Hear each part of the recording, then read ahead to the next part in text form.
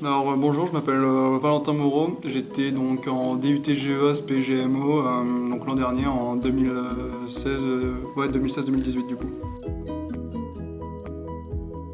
Ok, donc moi j'ai fait un bac ES, spé sciences politiques. Je suis parti un an à l'étranger au Canada, donc à côté de Vancouver. Je suis revenu de l'étranger en voulant faire une double licence, donc droit et anglais que j'ai fait à la fac de Tours. Après 6 mois, donc un premier semestre dans lequel je me suis pas mal investi, je travaillais 10 heures par jour, j'avais que 10 de moyenne. Je me suis réorienté et j'ai fait donc le G7 de GEA, qui est donc GEA en accéléré pendant un semestre. Ça m'a bien plu, donc j'ai suivi la deuxième année, puis maintenant j'ai passé les concours et je suis en école de commerce à Grenoble. Ouais, le G7 c'est compliqué parce que quand tu sors du bac, quand tu as fait ES par exemple, tu jamais fait de gestion. Mais voilà, si t'es vraiment motivé et que t'es pas contre un peu plus de charge de travail que les autres GEA, ça va le faire.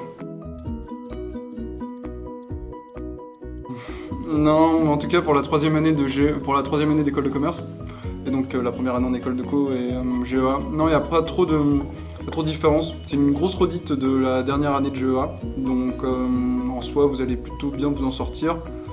Vous allez voir des nouvelles matières. Moi je sais que Grenoble on est vachement spécialisé géopolitique, innovation, donc je fais de la géopo, j'apprends à coder en Python, des choses comme ça. Mais pour le 90% des cours vous allez revoir à peu près la même chose puisqu'il faut mettre à niveau les prépas quoi, tout simplement.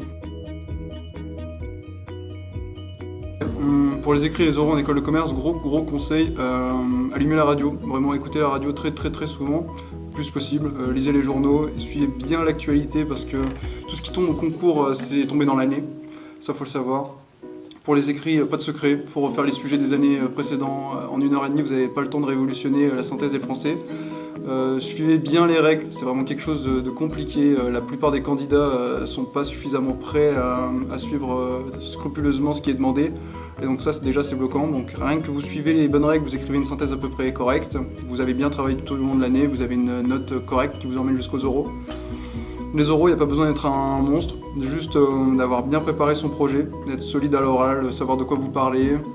Pour Grenoble, il y a une petite particularité, puisqu'il faut savoir préparer l'entretien inversé plus un sujet de géopo et de business au choix. Donc c'est un petit peu compliqué, mais ça se fait, ça se travaille. Il y a beaucoup d'exemples qui sont sur internet, qui sont disponibles via les passerelles ou tremplins à leur site internet, donc ne pas hésiter à consulter les ressources.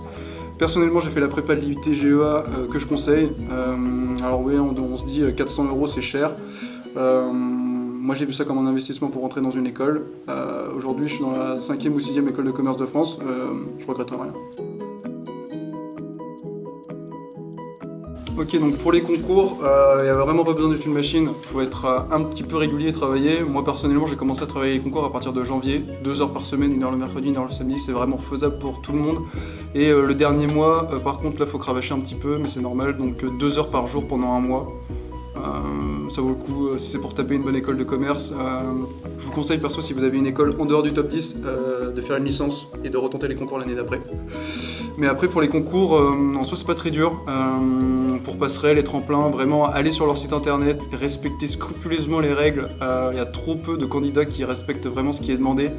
Donc voilà, moi personnellement j'avais imprimé des sujets des 10 dernières années.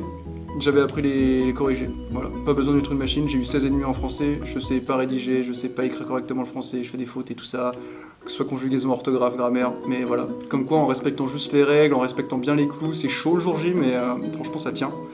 Pour le tâche 2, c'est qu'ils vont passer donc du coup tremplin 1 écrit comme. Je vous conseille d'apprendre vos cubes et vos carrés, la base, et vos tables de multiplication évidemment.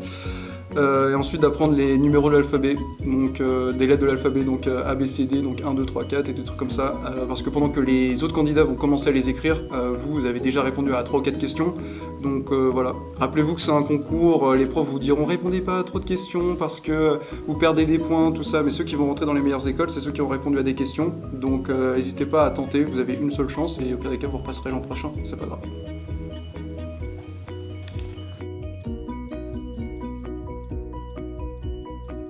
Alors, Moi du coup pour l'an prochain à Grenoble, je projette de faire un master tourné vers les achats et le marketing. C'est quelque chose que j'ai déjà découvert en GEA avec donc l'aspect GMO, puisque en GMO en deuxième année on continue de faire du marketing et on découvre des nouvelles matières comme achat. C'est des choses qui m'ont pas mal plu, que ce soit en cours ou même via mon stage de deuxième année.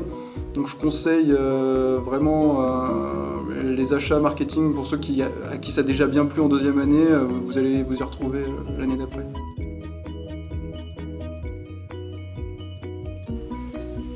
Alors mon prof préféré en GEA, j'hésite. Le prof, je vais répondre à deux personnes. Le prof le plus sympa que j'ai eu, je pense, le mec, c'est vraiment une crème. Monsieur Maillet, mon prof d'anglais, qui était aussi mon directeur de projet tutoré. Donc vraiment top. Et le prof le plus sérieux, celui avec qui j'étais plus passionné en cours, c'était Monsieur Coleda. J'étais vraiment fan d'économie déjà au bac et ça n'a pas changé en IUT, donc vraiment voilà.